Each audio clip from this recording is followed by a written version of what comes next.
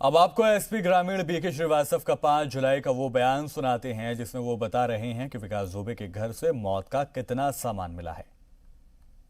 सूचना प्राप्त हुई थी कि विकास दुबे के घर पर अवैध शस्त्र और भारी मात्रा में विस्फोटक इन्होंने छुपा कर रखे हैं और वहां तहखाने हैं और अगर समय पर वहां तलाशी ले ली जाए तो भारी बरामदगी हो सकती है। इस इनपुट पे पुलिस की फोर्स वहां पहुंची थी और उसके घर को जो बंकर बने हुए थे और जो जहां दीवारों के अंदर उसे बताया जा रहा था कि यहाँ छिपा कर रखा गया है, वहां से हम लोगों को 6 तमंचे मिले हैं, अवैध शस्त्र मिले हैं, 25 कारतूस मिले हैं, लगभग 2 किलो विस्फोटक मिला है और भारी मात्रा में कील और रिपिट्स मिले हैं जिनसे वो बम बनाता था।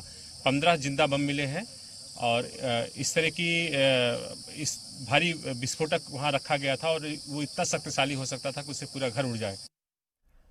कानपुर तसादुम से जुड़ी एक और बड़ी खबर भी सामने आई है। जराये के मुताबिक गैंगस्टर विकास दुबे ने वारदात से 54 मिनट पहले थाने में फोन किया था। विकास दुबे ने चौबीपुर थाने में तैनात सिपाही राजीव चौधरी को फोन किया था। विकास दुबे ने फोन पर पुलिस वालों की लाशें बिछाने की धमकी दी थी। सिपाही राजीव के फोन से मिली कॉल रिकॉर्डिंग पुलिस के हाथ लग गई है। कार्रवाई करते हुए राजीव चौधरी को मुअत्तल कर दिया गया है।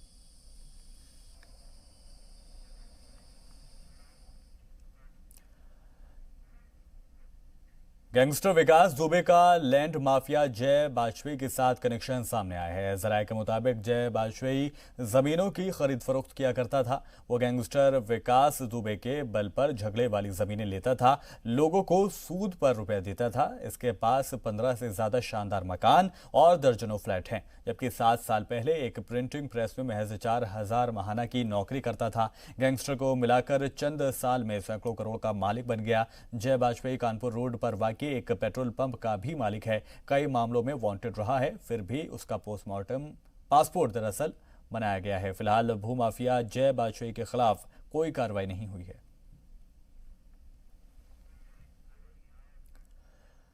कानपुर तसादुम से जुड़े मामले में 3 और मुलजिमीन को गिरफ्तार कर लिया गया है। विकास के घर की नौकरानी समेत 2 और ख्वातीन को गिरफ्तार किया गया है। गिरफ्तार सुरेश वर्मा ने पुलिस एहलकारों की जानकारी हमलावरों को दी थी और तसादुम वाली रात सुरेश ने चिल्लाकर पुलिस एहलकारों की पोजीशन बताई थी। शमा दुबे नाम की एक खातून की भी गिरफ्तारी हुई है। उस पर इल्जाम है कि उसने जख्मी पुलिस एहलकारों को अपने घर में पनाह नहीं दी थी और पुलिस की मदद करने के बजाय हमलावरों को जख्मी पुलिस एहलकारों की खबर दी थी।